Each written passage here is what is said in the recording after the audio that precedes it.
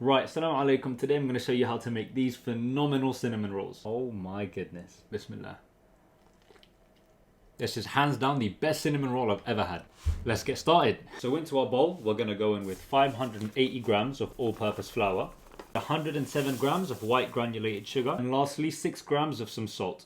We're now going to whisk this together, making sure everything is well combined. Now to this, we're going to add 84 grams of softened butter. We're going to press the flour into the butter. You'll know it's done when there aren't any lumps of butter left. So to 1 cup of milk, we're going to add some fast action dried yeast, 7 grams to be exact. Now to our flour, we're going to add our milk and yeast, along with 2 eggs and 1 egg yolk. Mix this together by hand. You can use a stand mixer if you do have one, but I don't, so we're going in barehanded. After a few minutes of some manual labor, it should start to come together. We're now going to lightly flour our work surface, and then we're going to plop out our dough.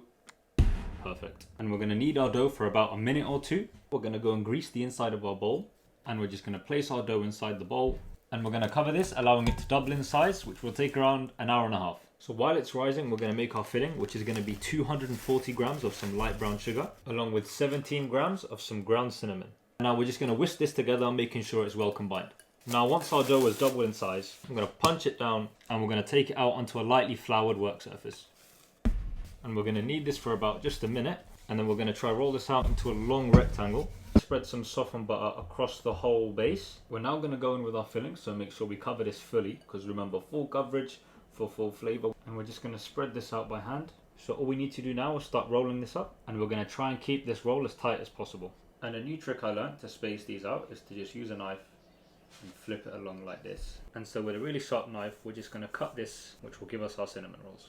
Now we're going to grab our baking tray, we're going to line it with some butter as well. Now into our greased baking tray, we're going to add any sort of leftover cinnamon filling that we had, and then we're going to place in our lovely cinnamon rolls as well. We're going to let these double in size as well. And after that time has passed, it should look beautiful and golden like this. So while our cinnamon rolls cool down at room temperature, we're going to go in with 165 grams of cream cheese. And then to this, we're going to add about 100 grams of some icing sugar. Now to our mixture, we're going to add around 4 tablespoons of some whole milk. And lastly, we're going to go in with about a teaspoon of some vanilla extract.